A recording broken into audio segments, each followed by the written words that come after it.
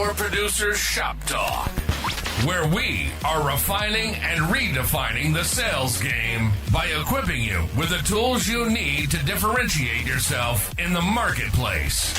Listening to the podcast is only going to get you so far. Why not take your game to the next level? Check out Power Producer Basecamp on killingcommercial.com today. Tactical skills that'll help you provide deliverable value to your clients and prospects. Want to have the sweet swag that we send out from the Power Producers podcast for your clients and employees? Check out policyt.com today. And action items that you can provide to take your prospects and clients to the next level. Want to create an online presence but don't know how to start? Check out crushingcontent.com. It's done for you, so all you have to do is show up. This is Power Producer Shop Talk, production redefined. Are you ready to feel the power? What's up, everybody?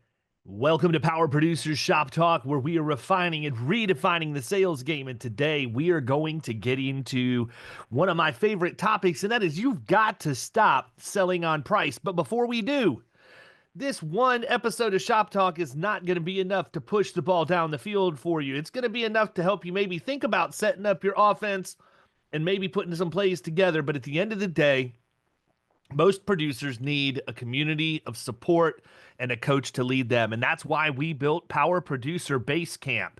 Check it out, Power Producer Basecamp. It is designed for the individual producer. It is not killing commercial. I need to be clear about that. That is still the mothership and the most robust program we offer. But for those of you who can't or aren't interested in getting involved in killing commercial, check out Power Producer Basecamp. It's on killingcommercial.com and has its own tab at the nav bar at the top. That being said, let's talk about stop selling on price. And I'm going to give you 5 questions today that are going to transform you into a trusted advisor and help you win more business. Now, look, the market is hard. Everybody's shopping. And this is a strategy that you can use, whether it's the hard market or the soft market. But the bottom line is you got to use it. You have to execute. We have to find ways as producers to stand out. And in my opinion, one of the most effective ways to differentiate yourself at the point of sale is to focus on total cost of risk instead of simply competing on insurance premiums.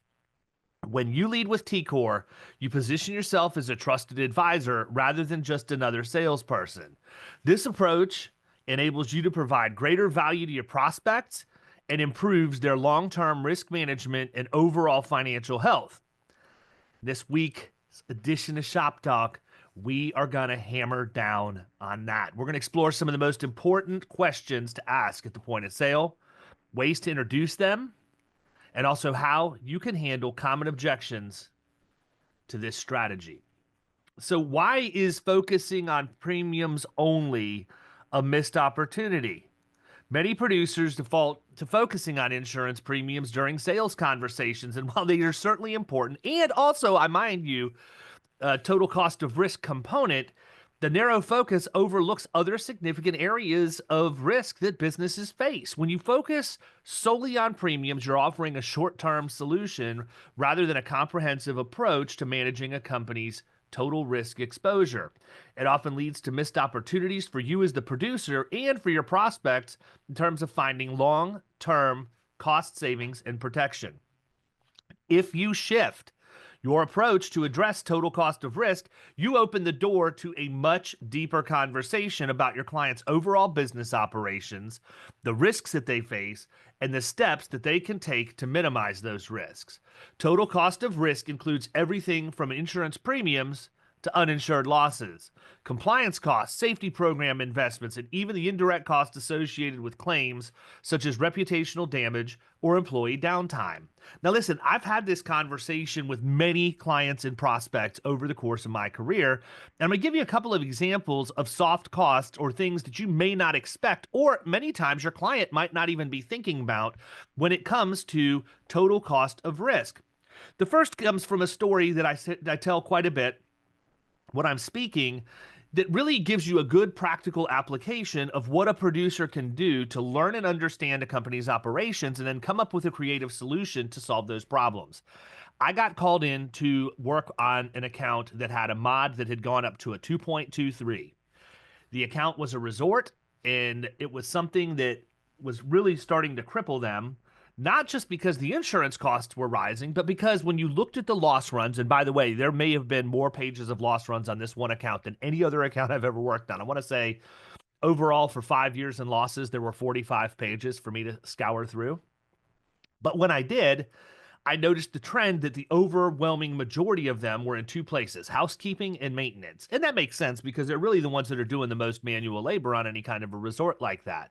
But I wanted to focus on housekeeping because by far it was the absolute worst. So in order for me to understand what was going on, I had to do something that most salespeople aren't willing to do. I had to go and work and watch how housekeeping operated. That meant I needed to be there early in the morning when the housekeeping people showed up. I wanted to see what happened when they clocked in, when they had their morning huddle and communicated and talked about the safety topic of the day, and then how they went about their business for the entire day. And so I did exactly that. And it was extremely eye-opening, to say the least. This company did not have a return to work program. They say they did, but it was not being implemented and executed the way that it should have been. And as a result, the indemnity claims were piling up along with the mod points associated because they didn't have that program in place. And they could have.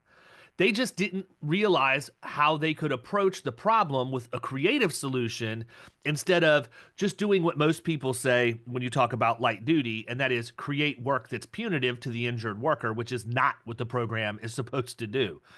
So what I found was that housekeeping would show up in the mornings at 6 o'clock. They would get clocked in. They would have their team meeting. They would do their stretches and all of the other things. Now, mind you, I understand I was there. I was watching this, and this likely didn't happen on the days that I wasn't, but I'm going to give them some grace and assume that it did. And then they would go and they would fill up their carts to go and work the rest of the day, which meant they needed to top off the chemicals that they had used the day before, and they needed to build their amenity bags, which were the soaps and the shampoos and the hand creams and things that are waiting in the hotel room when the guest arrives. And by the time they got started doing that, it would be roughly 7 or 7:15, and then they would go and start cleaning rooms for the day. I couldn't believe that they spent almost an hour doing that. That didn't make any sense to me at all.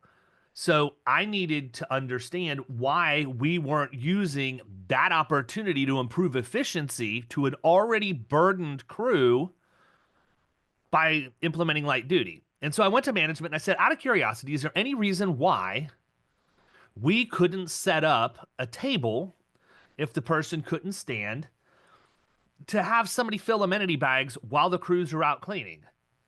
And is there any reason why we couldn't set up the chemicals to be in an area where when the carts came in, the people would have that light duty person top the chemicals off and then put them back on the cart so that when they were done with their team meeting and stretches in the morning, they were immediately going out and getting into more rooms. See, the problem is they were so burdened in terms of staffing issues that they weren't even getting all the rooms cleaned on a daily basis, which meant they couldn't completely fill to occupancy, which was costing them money, in addition to the fact they were losing productivity, paying overtime, trying to augment with temporary help. And it was just a big mess. And so they said, no, we don't see any reason why we couldn't do that. So we did. And guess what? It worked. Everything started to happen. People, were able to get one more room done, which helped the occupancy percentage go up. We got that light duty person to actually come back and get integrated with their peers so that culture wasn't affected. And they subsequently wanted to try and get better and get back to full duty. And the list goes on and on and on. But it was something that was noticed because I actually showed up to do what I'm supposed to do. And that is provide a reduction in the overall costs for my client, not just simply sell them an insurance policy. I could have gone out and found a carrier that would have written it with a 2.23 mod. And what would I have done? I'd have gotten them insurance, but I wouldn't have done anything to fix that problem moving forward. And any great year they had after that would have simply been attributed to luck, which doesn't make any sense. And it's certainly not how I operate. But another one that I want you to think about is, what about if you have a manufacturing company? What if that manufacturing company has spent years lobbying to get end cap space at the holidays for Walmart, and all of a sudden a hurricane comes in, like Milton, just hit us here in Florida and did significant amounts of damage, and your client isn't able to operate for a week and a half, 2 weeks, and as a result, they don't make the deadline to get that product made and shipped out so that Walmart can get it into their stores and have it part of their holiday planograms so that it makes all of the webinar, or all of the end caps rather. What happens then? Well, I can tell you, having spent, over a decade in retail, you don't get that shelf space back. And that shelf space in Walmart is extremely, extremely valuable. So if your client doesn't have contingency plans in place and you don't discuss that with them, you may very well put them out of business, especially if they've already purchased all the raw materials to produce that stuff. It's not as simple as just writing a business income policy. And I think that's where people get real dangerous by just simply asking for exposures to quote insurance and selling the policy. See, the policy only matters if something bad has happened. But why wouldn't we focus on trying to prevent that bad thing from happening in addition to selling the policy? And why wouldn't we articulate what we're doing to prevent that from happening to the underwriters so that it has a positive impact on pricing? It just makes way too much sense, doesn't it? So think about this. One of the ways that you need to understand, or you can go about understanding what your prospect thinks or perceives to be risk in their business, is to simply ask them, what are your top operational risks and how are they currently being managed? So I think it's really important that we take a sidebar here for just a second and say that is a delicate question to ask, because you don't want to go in like you don't understand their industry or their business, but you want to understand it from their perspective. And so one of the best ways you can position yourself is asking this question, but you don't want to just come out and ask it. You can say, I've worked with several companies in your industry, and the one thing I've noticed is that operational risks could often get overlooked when you're focused on the insurance piece. What are some of the top risks that your company's facing from your perspective? Now, you not only establish credibility because you said you've worked with others that are in the same industry, but you can get their perspective and find out what's important to them. I think that's really important, because if you do it wrong, you could end up looking like you're a monkey that really doesn't understand. If the person comes back and says, well, we're more focused on reducing our insurance costs at the moment, you can overcome that objection in several ways. I mean, one of the ways that I do it is to simply say, listen, if you're trying to control premiums based on events that have already happened, it's going to be an uphill battle for you. While the premiums are an important factor, there's only one part of the equation to total cost of risk.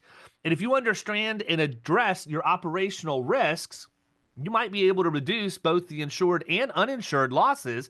And in the case of the resort, identify some out-of-pocket loss costs that were contributing to the total cost of risk that they may not even have understood existed. They were paying it, but they never had identified it. And by curing the underlying issues, you're going to ultimately get the best positive effect you can on the insurance. But you have to do both simultaneously. You can't just focus on insurance, because if that's all you do, at some point, you're going to get priced out of the market, or you're not even going to get opportunity because the profile of the risk itself is so bad, nobody wants to touch it. The second thing I'd like to ask is, how do losses and claims impact your overall business performance, including the uninsurable costs like downtime, reputational damage, and employee productivity? This question's designed to highlight those hidden costs that we talked about that are associated with claims, including non-insurable impacts such as business interruption, lost productivity, and reputational damage. The costs can add up quickly and far exceed the financial impact of the insurance premium alone. And I want to be clear, yes, you can buy business income and business interruption, but not all policies have that. Not all policies are going to cover a loss of business. Flood insurance doesn't unless you buy private flood or a difference in conditions policy to add business income to it. You're not going to get business income loss from a workers' comp claim. It's not a covered cause of loss on the property form, and it's not going to trigger coverage. So you need to identify these things because I just gave you two examples at a bare minimum that will give the client some heartburn should they exist that you really need to do specific things to insure against, but you also need to have some things in place to try and prevent those things from happening or at least have contingency plans if they do. And the best way that you can introduce this question about how those losses and claims impact their overall business performance is to introduce it by discussing a recent claim or event that that prospect experienced, or even mentioning trends in the industry.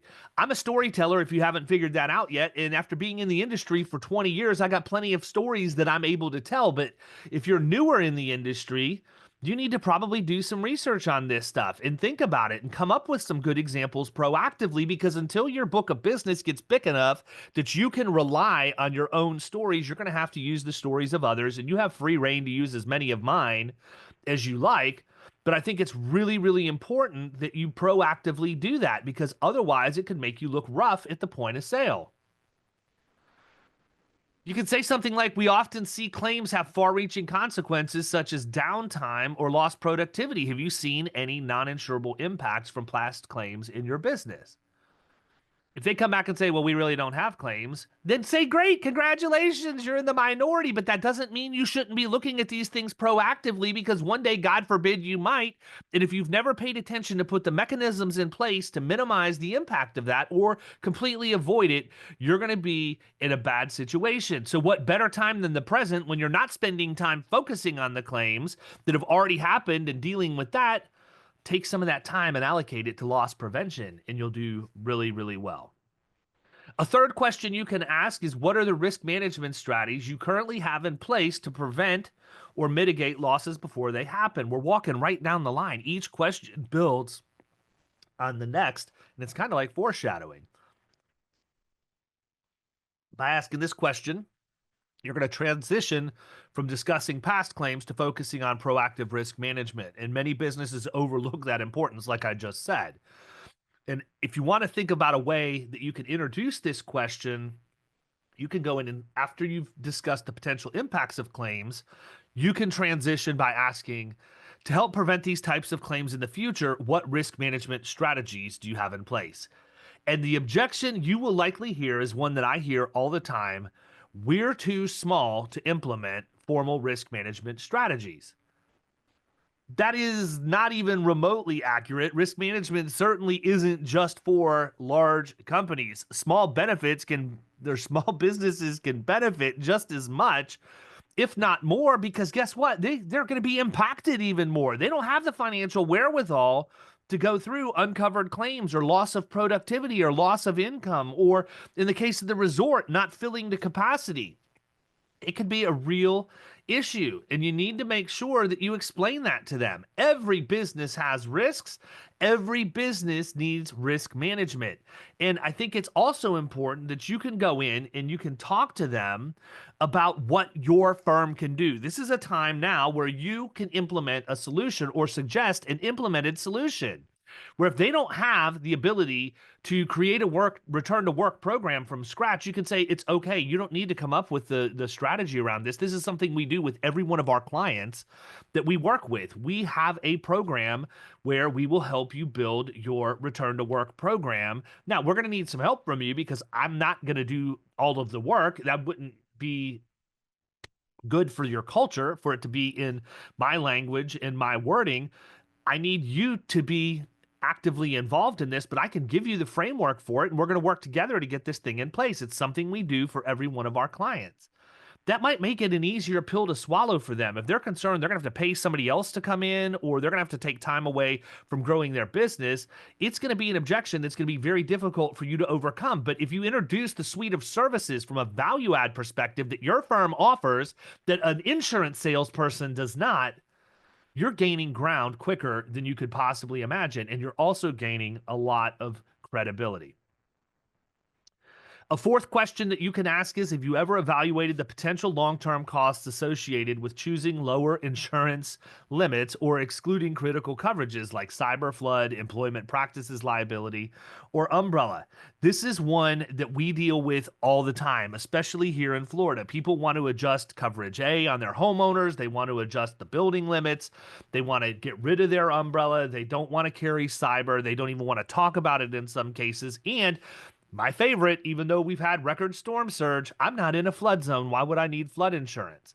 I think it's really, really important that you identify what all these exposures are. And in fact, on my LinkedIn newsletter, the Revenue Roadmap, which by the way, I publish every Tuesday morning. If you don't subscribe to it, I highly, I ask that you do. I think it's a good piece of content that gives you actionable information on LinkedIn. But I talked about this. I called them the 4 horsemen of the commercial insurance apocalypse: flood, EPLI, cyber, and umbrella. Those are 4 coverages agents rarely quote when they should quote them on every single account. And they're also 4 coverages that agents rarely get rejection forms on, even though we all know we should. So think about that. You have to talk about the coverages that people need, and not just that, you need to also talk about the correct limits. So many times, people want to screw with limits so that they have an effect on the overall premium. I want people to pay less, but my goodness, don't do something stupid. Don't screw with limits. If you want to screw with something, change the deductible, raise it higher. Now, I already know what the response is, but David, that doesn't have as great of an impact on premium. I know it doesn't, but it has some. And the last thing your client needs is to be underinsured by 50% on their building because they wanted to control cost. If they can't afford the premium, they can't afford the claim. It's the line I use 100% of the time. Take quantifiable risk you understand. Do not screw around with third-party missing coverages or lowering limits on the first-party side. It's a recipe for disaster, and if you as an agent allow that to happen, you're going to get burnt too. Don't do it. How do you introduce the question around this stuff, though? And it can be part of a broader conversation about the risks that your prospect faces. Maybe you say something like, in recent years, we've seen more businesses dealing with claims related to cyber attacks, floods, EPLI, and umbrella.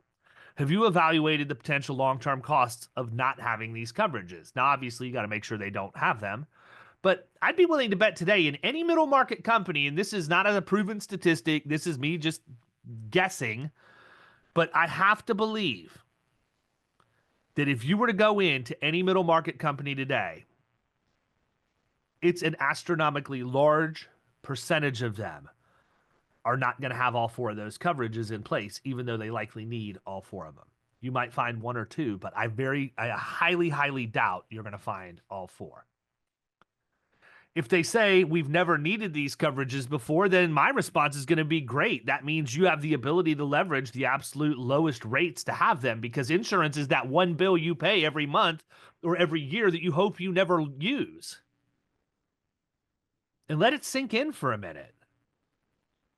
Them not having claims doesn't mean they don't need insurance. It just means they pay less for the insurance they do need because they haven't had claims. And take it a step further and say that's also the reason we want to make sure you have formalized programs in place to be sure you're doing everything you can to prevent and minimize claims activity moving forward. Every one of these builds on itself. And then finally, if you've gotten to that point, the last thing you want to do is ask them if they're open to you doing an exercise where you calculate their total cost of risk for them. You could do it in conjunction with a baseline risk assessment or a risk review or a policy review or whatever else, but you want to get them to commit to allowing you to do that, because when you do, you're going to show them that the number for total cost of risk far exceeds the amount that they're paying in premium. Well, I mean, mathematically, it's impossible for it not to, because premium is part of total cost of risk, and then everything else builds on top of that. So naturally, it's going to be more. I just don't think that they realize how much more in most circumstances. Those 5 questions are huge, and they will benefit you if you use them in the point of sale and you introduce them the right way. If you lead with total cost of risk, you're not only going to provide more value to your prospects, but you're also positioning yourself as that trusted advisor rather than a transactional insurance salesperson. This approach, more than anything else I've done in my career, leads to more long-term client relationships, period. You want to make sure that your clients see you as someone who understands their business and can help them navigate complex risk environments. Furthermore, helping your clients implement risk management strategies to reduce their overall total cost of risk results in fewer claims, lower uninsured losses, and almost 100% of the time, more favorable insurance premiums, which is what they want to begin with. So when that client says, we just want to focus on premium, you say, great, so do I. And the way we do that is by doing this, not just going out, spraying the marketplace, quoting, hoping, putting literally our future success in the hands of an underwriter who, if you haven't done your job right, is looking at a risk on paper instead of being able to touch it and feel it and know what's really going on out there. If you're not trying this approach, try it. If you haven't asked these questions, ask them. Once you get a seat at the table, the first job you have is to differentiate yourself from your peers and get them to stop thinking about them and start thinking about you. By expunging the competition, it makes your role a whole lot easier. This is the kind of stuff we talk about in Killing Commercial and Power Producer Basecamp. And not only that we show you.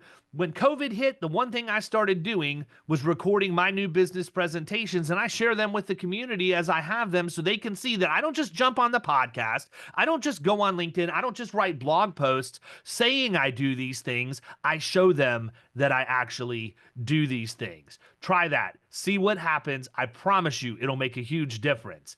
At the end of the day, all I can do is give you the tools. You still have to build the house. I look forward to hearing success stories from you. As always, I appreciate the emails and the instant messages that say, hey, I tried this and it worked. Great. If you have one, share it with me. I'd love to hear it. Until next time, we'll catch you soon. See ya.